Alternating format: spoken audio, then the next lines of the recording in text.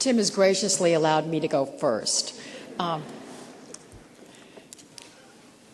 President Sweeney, members of the Board of Trustees, Ms. Tyson, Tim, parents and friends, and most of all, especially the class of 2005.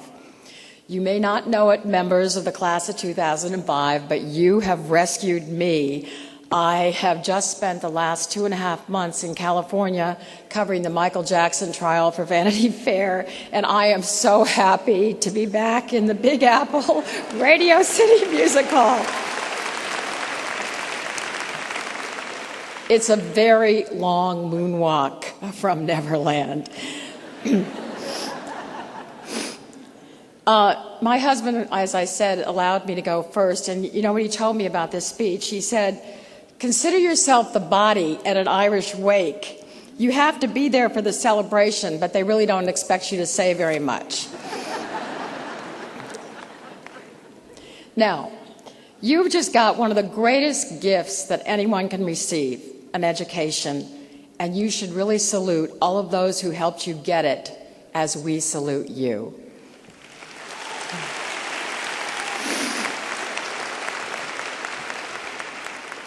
For us women and men, you'll get Tim, it was not that long ago that many of us could not have dreamed of being able to compete equally with men and also to surpass them, free to try to save the world or make $1 million or shop for shoes. The choice is yours.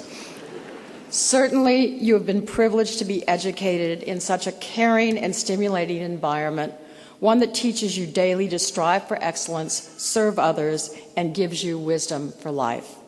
But now what? My advice is to loosen up, and I don't mean to party. Rather, give yourselves permission to become engaged, to be interested and interesting. What good is a college education if it hasn't taught you to think outside your major, to care about issues and people who are not directly related to you? There is such an emphasis today on work, work, work. But timeouts are important too, to dream, to think, just to talk about the things that really count in life: character, morality, honor.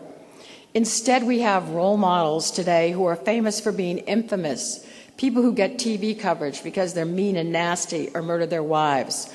I explore fame and the obsession with celebrity we have in this country in my book. I have one too. The importance of being famous behind the scenes of the celebrity industrial culture. Because we are so bombarded with scandal and extremes, it is easy to forget that Paris and Omarosa and Monica and the Desperate Housewives are not necessarily the lives that we should admire. The famous women I profile in my book, from Margaret Thatcher to Madonna, from Tina Turner to the late prima ballerina Margot Fonteyn, had enormous talent, or they made up for it with even greater drive and discipline. Of course, they worked harder and longer than others, but it is striking how many famous people gave themselves time to fantasize, to develop their talent. I met Bruce Springsteen, for example, when he was 26 years old. He told me he could never have become the poet and performer he was even then if he had not forced himself to stay local, to play all the small clubs and halls around the Jersey Shore where he had grown up in order to develop his own unique style. I have also interviewed several highly acclaimed people who had polio as children, like Mia Farrow or Godfather director Francis Coppola, who told me that it was while they were lying sick in bed they first began to visualize stories and themselves playing in them. They needed time to be alone, to create, to think, and to dream. So do not overschedule. Try to give yourself a little space for that. God gives every one of us a little bit of magic to develop. To some exceptional people, he gives remarkable courage. And sooner or later, all exceptional people, whether Cesar Chavez or Rosa Parks, have to grow confident enough to stand up sometimes, to challenge authority, to take the hard right over the easy wrong. Otherwise, change cannot occur.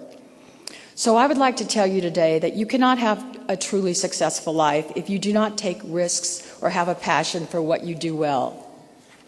And when you are out in the world pursuing careers, Do not forget the women who are taking care of your children, many of them mothers themselves. And how many children in this country today live not the way your children will, but in poverty? And be sure to remember your school.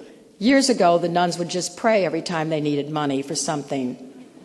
Today, the needs are greater still, but we women have not yet really learned the habit of giving back to our schools on a regular basis with both time and money in whatever amount, great or small. Don't forget all the College of New Rochelle has done for you. In closing, I would like to tell you that two of the greatest satisfactions I've ever had come from taking risks and putting others first.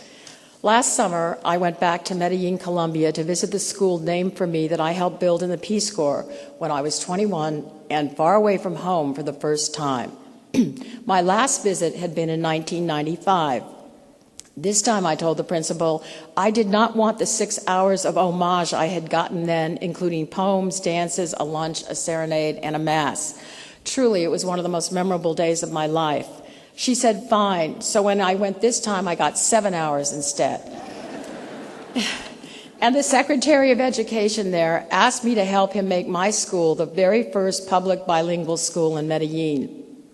Without English and technology, he said, these children cannot ever hope to compete. So I founded an amazing American priest with an outstanding school in Cali, Colombia for poor children, and I have begun a nonprofit organization and brought a young Colombian man to study there in Cali so he can apply these same methods to Escuela Maureen Orth. Had I not taken the leap into the unknown those many years ago, none of this would ever happen. Nor would I have learned so many skills that are really necessary in journalism, from listening well to being able to try to fit in at any level. Finally, Tim used to begin all his speeches with a story about our late Pope, John the 23rd, and I am so excited today because finally I get to tell my Pope story. In 1985, I was 5 months pregnant with our son Luke, who is now 19. Tim had arranged for the Pope to say a televised Mass for the Today Show broadcasting from Rome. We were in a small chapel in the Vatican, and the Pope himself gave each of us communion. I will never forget that when I got back to my pew, I heard a voice come inside my head that said, go home and help the poor of your own parish. And I immediately thought, no, I don't want to. I'm just about to have a baby. I don't have time. But I did not forget. And about a year and a half later, the priest at our parish at Blessed Sacrament on West 71st Street got up one Sunday and said, is there anyone who wants to be on a committee to help the homeless? And they should come to a meeting that following week. I remembered that voice, and that is how I became one of the founders of the West End Intergenerational Residence, where the elderly and homeless mothers and their children live together on West End and 84th Street. WIR especially helps mothers who want to work and study. So heed those voices and just remember, you don't have to do everything all at once. Those two projects for me came years apart. You just have to focus on what is important. And I must say it also really helps to have a supportive husband with a good sense of humor. So, class of 2005, keep up your energy, your enthusiasm, and have a wonderful life. We are all so very proud of you. God bless you.